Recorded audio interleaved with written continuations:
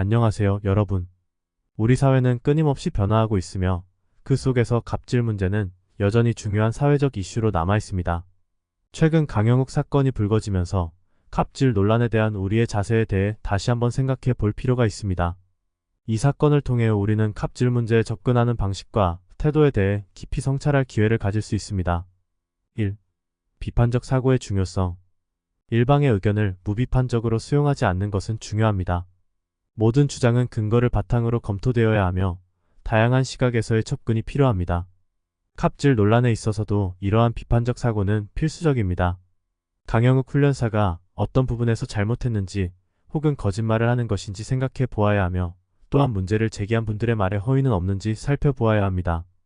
강영욱 훈련사의 잘못일 수도 있지만 그저 경영상의 미숙으로 인해 불거진 사고일 수도 있다는 가능성을 염두에 두어야 합니다. 침묵의 지혜. 논란이 진행 중일 때는 상황이 안정될 때까지 침묵을 지키는 것이 현명합니다.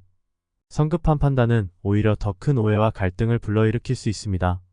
감정이 가라앉고 사실들이 명확해진 후에 합리적인 판단을 내리는 것이 중요합니다. 지금은 각자 한 번씩 자신의 입장을 표명했기 때문에 강영욱 훈련사나 피해자에 가까운 지인이 아닌 이상 지금 당장 사건을 판단하기에는 무리가 있습니다. 이럴 때는 여러 입장이 오고 가는 것을 유심히 지켜보아야 합니다. 지금 당장 자신의 생각을 표현하는 것은 성급한 감이 있습니다. 3. 논리와 태도의 균형. 말하는 사람의 태도는 그의 주장을 이해하는 데 도움이 될 수 있지만 결국 중요한 것은 논리의 탄탄함입니다. 감정적인 반응보다는 논리적인 분석을 통해 진실에 접근해야 합니다. 감정에 호소하거나 허위의 선동은 결국 논리적 일관성이 결여되게 되어 있습니다. 주장하는 입장의 태도 또한 유심히 봐야 하지만 그 논리적인 빈약함을 간과해서는 안 됩니다. 4. 비난의 한계 설정. 일방의 잘못이 밝혀지더라도 선을 넘는 비난은 삼가야 합니다. 비난은 건설적인 대화를 방해하고 문제 해결에 도움이 되지 않습니다. 상대방을 존중하며 건설적인 대화를 지향해야 합니다. 나중에 잘잘못이 명확하게 밝혀지더라도 감정적으로 가해자를 비난하면 안 됩니다. 잘못된 부분은 벌을 받고 용서를 받을 부분은 용서를 해주면 됩니다. 원색적인 욕설과 폭언으로 가해자를 벌하면 결국 이는 또 다른 갑질을 만들어내는 것입니다. 5. 자기 반성의 중요성. 똑같은 일이 나에게 생길 수 있다는 사실을 잊지 않는 것이 중요합니다. 우리는 모두 인간이며 실수와 잘못은 누구에게나 일어날 수 있습니다.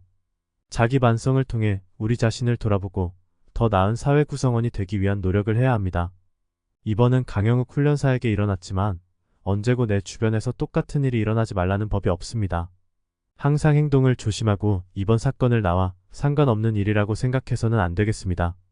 갑질 논란은 단순히 한 사건에 국한된 문제가 아니라 우리 사회 전반에 걸친 문제입니다. 이를 해결하기 위해서는 개인의 자세뿐만 아니라 사회적인 시스템과 문화의 변화도 필요합니다. 우리 모두가 갑질 문제에 대해 깊이 생각하고 적극적으로 대처하는 자세를 가져야 할 것입니다. 감사합니다.